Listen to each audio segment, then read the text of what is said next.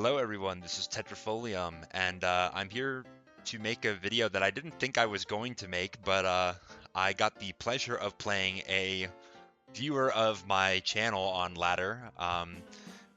They are using uh, the team that I used in my Charizard video with the lead Metacham and Regice, um, which is really cool.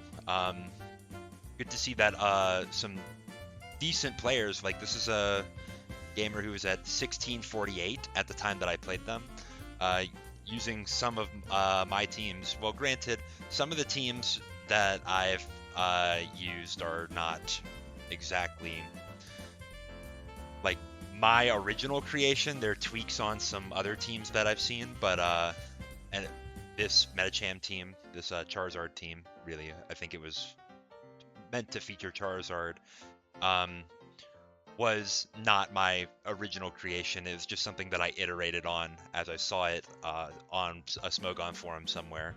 Um, in any case, uh, this is really flattering, and if you have replays using my teams on ladder that you would like to show me, my Discord is Tetrafolium, or I'm pretty active in Zetscord, which I'll probably link down below in the description if you're not already in there. Like send them my way. I would love to see people playing with the teams that I featured. I might get some ideas that I didn't even realize with some of my teams. Like for example, I didn't know that the Metacham set that I made here lived a +1 return from Curselax. That is really interesting. Could be interesting if you haven't yet sent out your Tyranitar for Sand to finish off your Metacham. Gives you an opportunity to get 2 Brick Breaks off on a +1 Snorlax, which is kind of cool. But in any case, yeah, this is me using the Ludicolo team that I've featured. I've not actually recorded that video yet, but I think that'll be really fun. I love this Ludicolo. It's become one of my favorite quote-unquote shitmons that I've covered.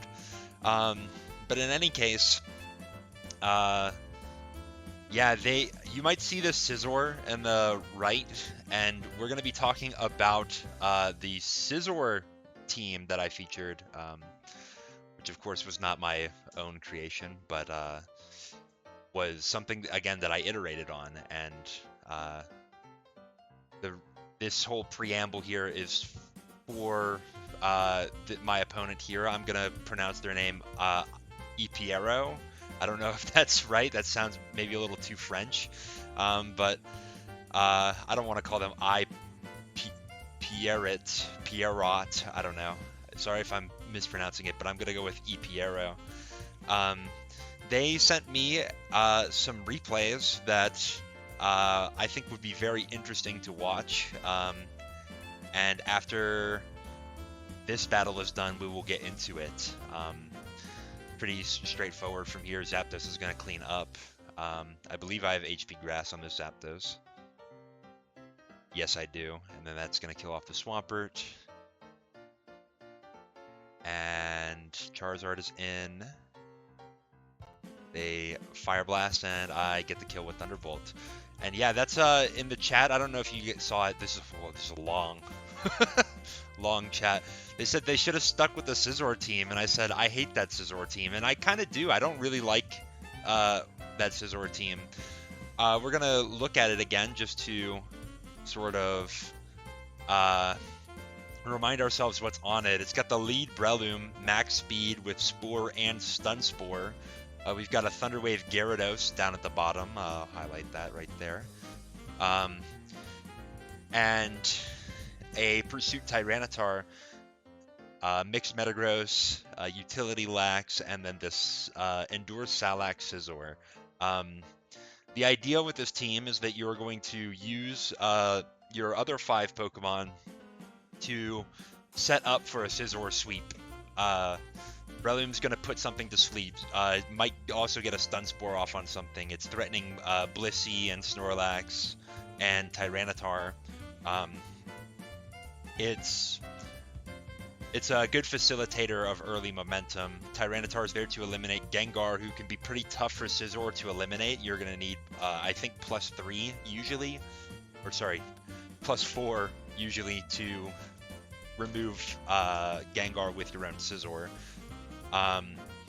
We have our Metagross to also lure and defeat Gengar if we need it, but it's just bulky and can use a Meteor Mash to eliminate something like Aerodactyl, who might be tough for Scizor to beat because it doesn't outspeed Aerodactyl, even with +1.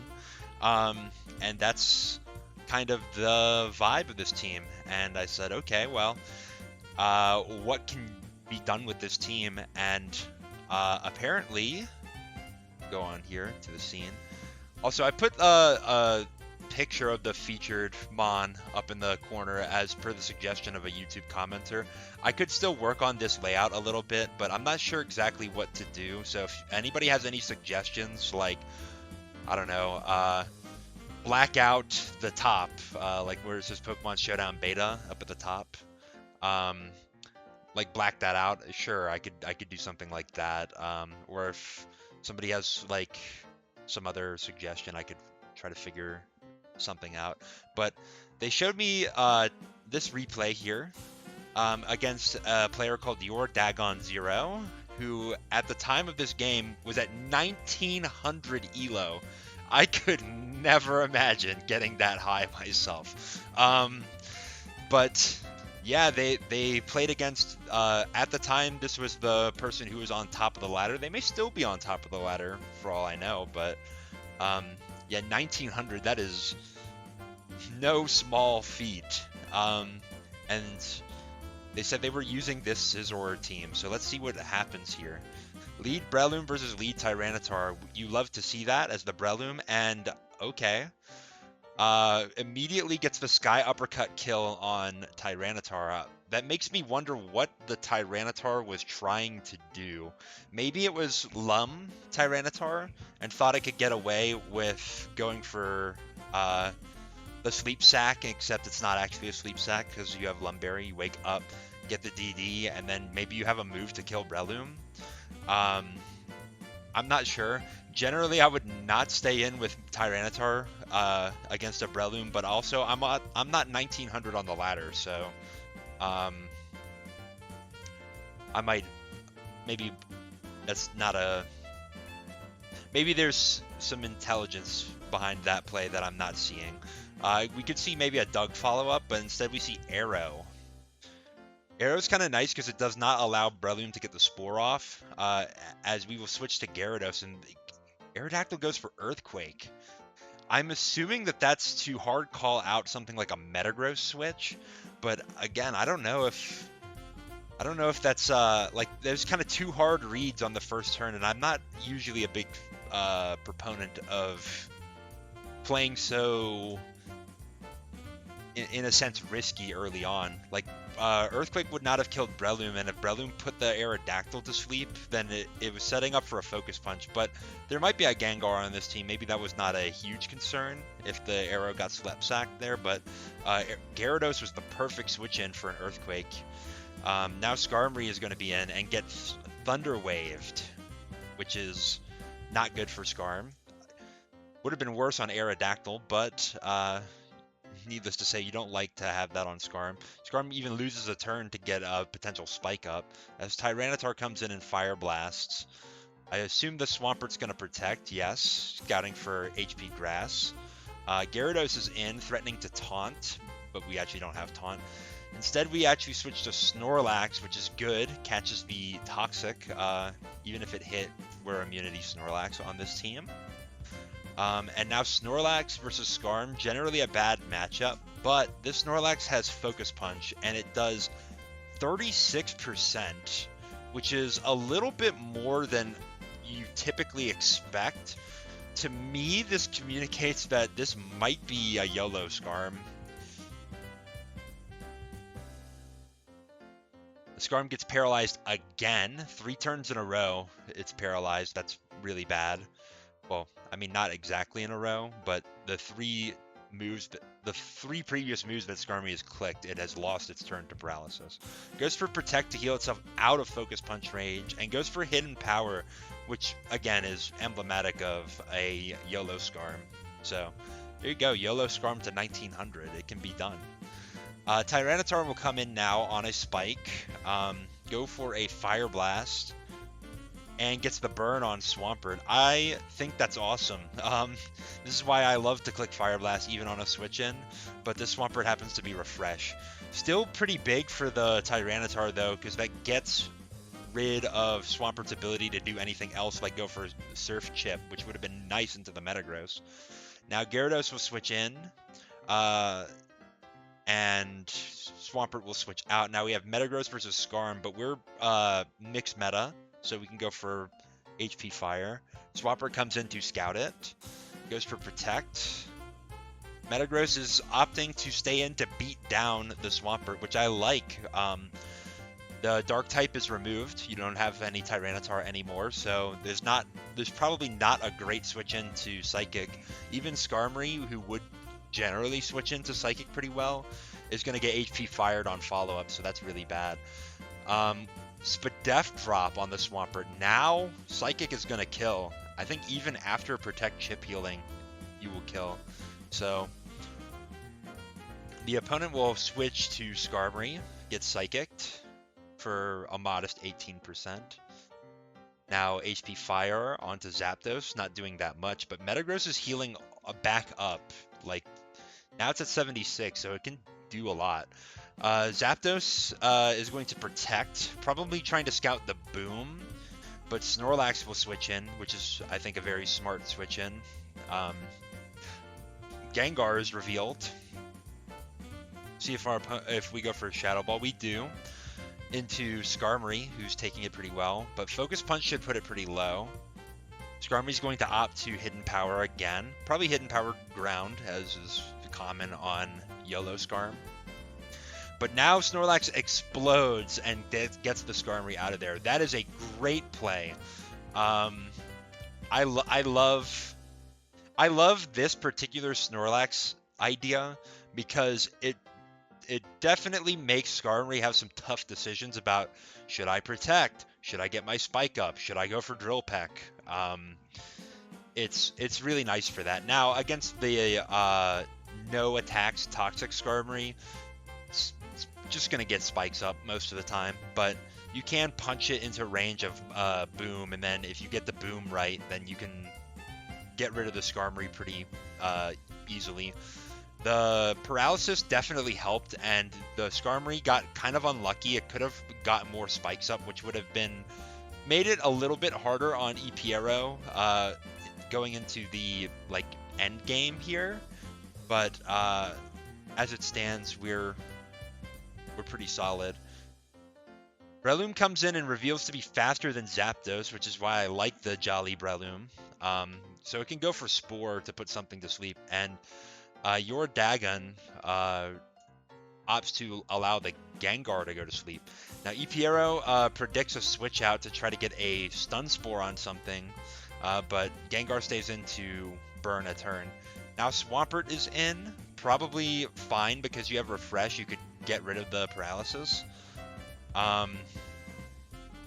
Though you would take a lot from a Focus Punch. Probably not enough to die, but enough for it to be nasty. Metagross will come in to blank the Toxic, which is really nice, and then it's going to play for the same beatdown on Swampert. If you thought that this team didn't have a great switch into Psychic when the Skarmory was up, it's even worse now. And another Spadef drop, that's very, very good. Probably can kill from here, and it does. That's really nice. And then Zapdos is in. Now, let's see. Zapdos goes for Thunderbolt, gets the Para, and Metagross goes for Psychic. This is a tough turn. Personally, I might have boomed. Now, granted, there is Protect on Zapdos and a Gengar that can come in, but I feel like if you get the boom on Zapdos, you super duper win the game. And even if you don't, I think you still have the tools to try to beat the Zapdos. Tyranitar should be able to 1v1, and nothing wants to come in on a crunch. So that could have been nice, although probably getting this Psychic Chip is important as well. So I don't hate the play to just go for Psychic, and if the opponent did anything else, Psychic was definitely the better play. Now Tyranitar's in, threatening to Pursuit Trap the Zapdos. Instead goes for Crunch, leaving it pretty low. I think this is a Spadef Zapdos with Rest. Could have rested there, but Crunch is gonna 3-hit KO anyway, so it's probably not worth it. Aerodactyl comes in and removes it. So maybe my play to Boom, if the Zapdos went for Protect there, maybe Tyranitar would not have 1v1'd it quite as easily, and then we would have had to use our Breloom to try to finish that off, which could have been annoying. So maybe Psychic overall was just the best play. In any case, Scizor is in versus the Rock Slide Aerodactyl, threatening to Swords Dance up. Instead, the opponent switches to Gengar, and we go hard to Gyarados. Goes for a Dragon Dance, which would have been fine if the Gengar stayed in. Instead, switches to Aerodactyl. This Gyarados will not be faster than Aerodactyl at +1. We don't have enough speed for that because I wanted to run an Adamant Nature on this Gyarados. And yeah, we'll have to switch. If this was the Jolly HP Rock Gyarados, it could have stayed in and clicked HP Rock to basically finish off the Aerodactyl. If not, put it in Mach Punch range, even though technically we don't have Mach Punch on Breloom. But no, I'm pretty sure +1 HP Rock puts down Aerodactyl. Goes for Rock Slide and misses the Breloom. That might matter. A little bit more chip on Breloom would not hurt. And ipierrot goes to Gyarados on the Gengar. Are we going to make the same Dragon Dance play? No, we're going to Thunder Wave and get the Aerodactyl. So that's a lot of restraint from ipierrot to handle this Aerodactyl, because now Scizor will outspeed. I mean, granted, you don't even need the Salac boost to outspeed this Aerodactyl anymore, but with the Salac boost, we will outspeed Gengar, and then now Aerodactyl is not a problem for us. So this is really good. We can go to Breloom and basically just sack it if you want. Then you're opening up for Scizor to come in, but instead we're going to intimidate the Aerodactyl. Probably just going to DD. That's right. And now go for HP Flying, I guess, is probably your best move, because I think this is HP Flying Earthquake, so it kind of gets hard walled by Aerodactyl. And then sacks off. But now Scizor is in. Scizor should live a Rock Slide. And because Scizor is faster, thanks to the Paralysis, we don't have to worry about flinch. Gengar stays asleep for another turn, which allows Scizor to get to +4. Gengar's asleep another turn. 3 turns of sleep is a little bit tough, but I think it's about 50-50 for that to happen. Yeah, I think it's a 50-50 for that to happen. So, could have been bad for ipierrot. If the Gengar woke up early and went for something like Will-O-Wisp, that would have neutralized the Scizor. But as long as if Scizor can 1v1 the Gengar somehow, then Breloom can beat the Aerodactyl, I believe, with a well-timed Sky Uppercut. But yeah, no, that was really cool. A little bit of hacks on your Dagon's side. Probably cost the game to not have as many layers of spikes, or for Gengar to be asleep for so long. But that's kind of the nature of this team. It's got a little bit of Paraspam elements to it. Breloom, of course, fishing for the sleep and getting as many turns as possible for your Scizor or your Gyarados to set up and win the game. Yeah, that was really cool. But you know, anybody could beat a top player once, you know, they get lucky and they win, you know. So that's why we're gonna show another replay. ipierrot versus your Dagon again. This time your Dagon is at 1898, basically 1900. And Breloom versus Scarm, so that your Dagon not using the same team, presumably. Switches to Tyranitar to get Spored.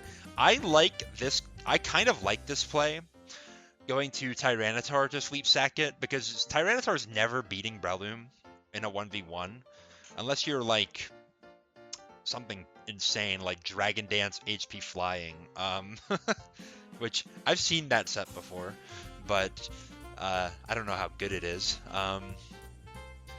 No, that's really nice. And then you have Gengar here. Might be a big 5 structure from your Dagon. Breloom is not going to be able to do anything to that except Stun Spore, which is like the exact reason why I have Stun Spore on Breloom. Tyranitar can now come in to Pursuit Trap, but instead we get a switch to Scarm. But Tyranitar is fine to trade a Spike for Fire Blast onto Skarmory. Now Skarmory has to decide whether it wants to get second Spike or die. Instead we'll switch to Swampert, who gets burned immediately. Oh my gosh. Is this a Refresh Pert though? Does not look like it. It looks like it's standard defensive. That's really tough. But that's why I love clicking Fire Blast into things. Gyarados is in, gets a +1 from Dragon Dance. If it had HP Ghost, it could kill the Gengar, but I don't think HP Ghost is that necessary on this team. We have the whole Pursuit Tyranitar, who will come in immediately, go for a Pursuit. Gengar opts to stay in and take it. Does a lot with HP Grass, but now this Gengar is dead, which is why this Stun Spore play on Breloom is so nice, because it makes it so that these offensive Grass move Gengars cannot, like, they can't beat Tyranitar down by getting the play right on the Pursuit. It really simplifies the game for the Tyranitar, which I think is really valuable. Now Swampert can come in. Of course, this Tyranitar does not have HP Grass, so we're not threatening to do too much to the Swampert. Gyarados can come in now and threaten to DD up, which it will opt to do.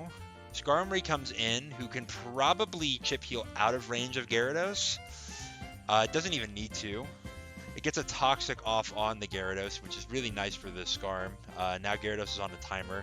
You can go for Protect to Chip Heal up. Instead, Gyarados is going to go for +2, though. Very good play, as Skarmory was not going to be able to do anything really other than Protect. I guess it could have roared, but that would be a really risky play to make. Jirachi comes in to blank the Earthquake with Protect, get another turn of Chip. And ipierrot wisely goes for an HP Flying to catch the Skarmory on switch, and now we're only having to deal with one Spike. This is the type of stuff that you have to do with this team, because you don't have a spinner.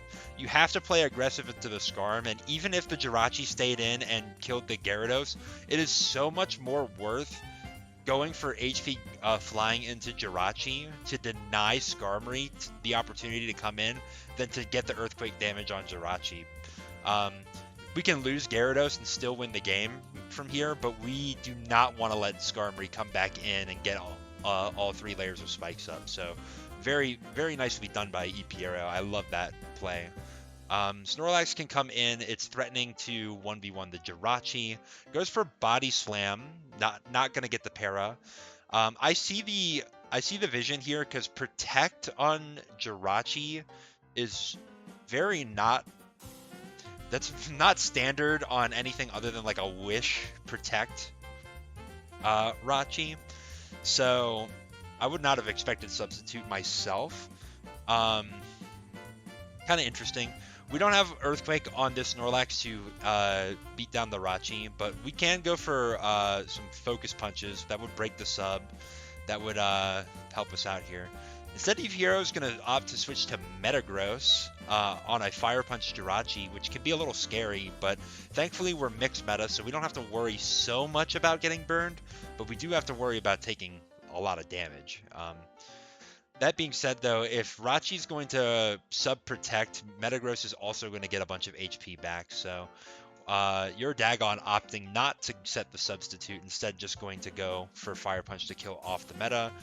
Uh, Obviously, the crit did not matter there.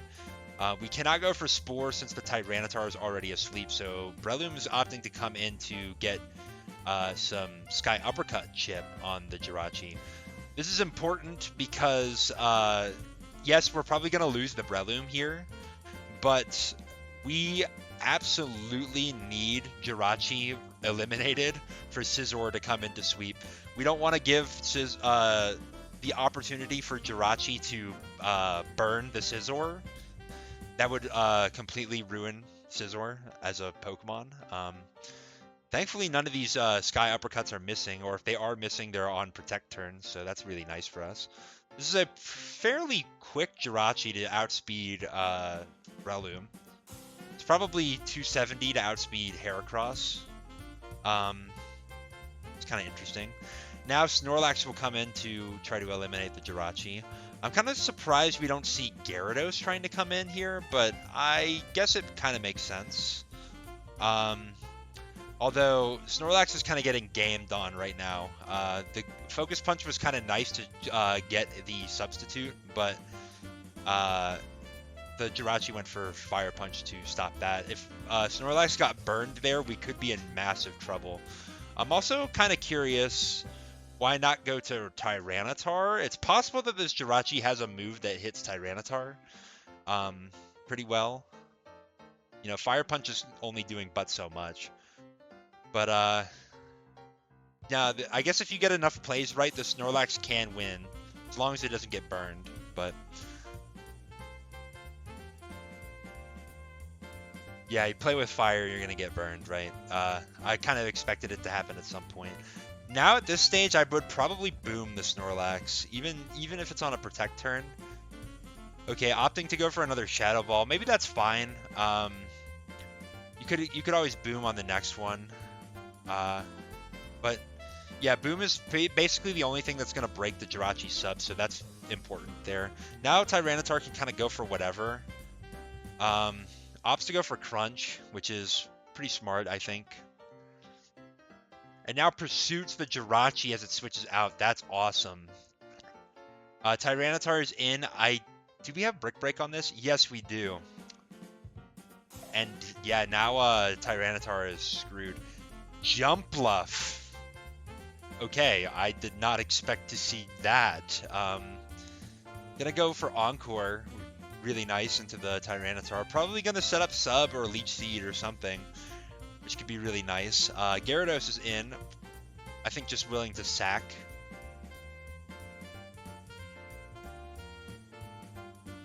Gyarados is not quite dead, so it can go for something to break the Jump Bluff substitute, but instead goes for Earthquake, maybe trying to predict Tyranitar to come in.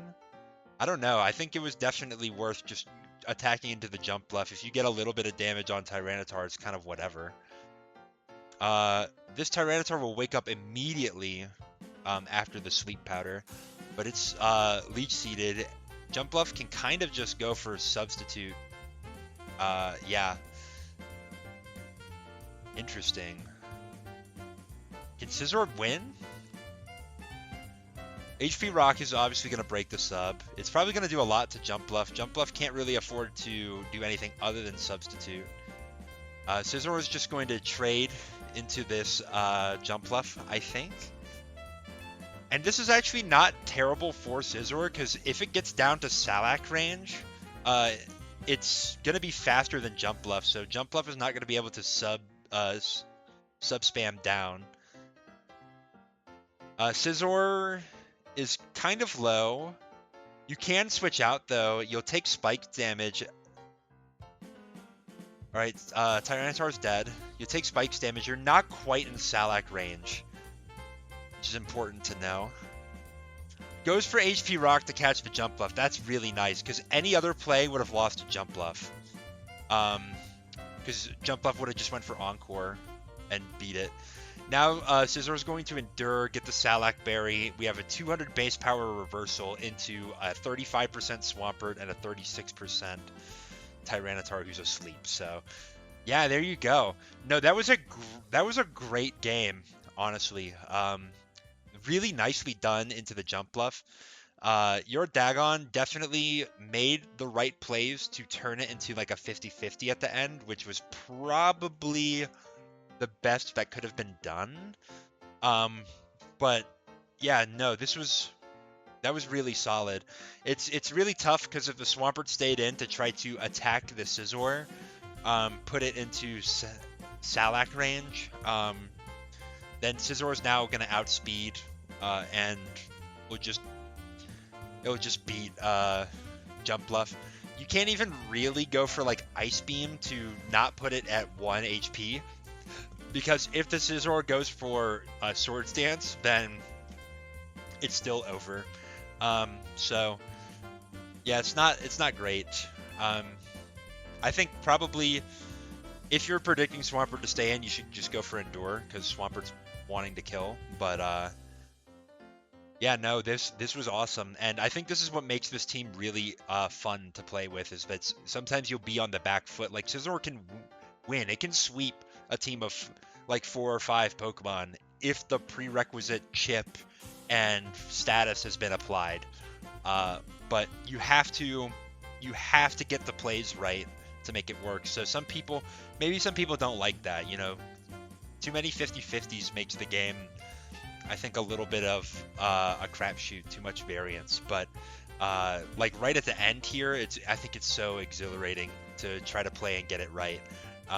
And ipierrot showed that, you know, this team, if you play smart, you can get pretty high. I mean, look at this. 1676 on the ladder with this team. That's really impressive. And like props to ipierrot. Now I know like the video started with me obviously playing against ipierrot using one of my teams. Um, and as a friend of mine said, it's like they're trying to quote the scripture to the master. I'm I'm not a master. Honestly, I think ipierrot, like based on this elo and based on the plays that they've made, probably a better gamer than I am. But it is definitely an advantage to know the team, and that's why you should be watching Tetrafolium videos if you want to beat really good gamers who are using really good teams. Watch Tetrafolium videos. That's the conclusion I'm coming to. So, thank you all for watching.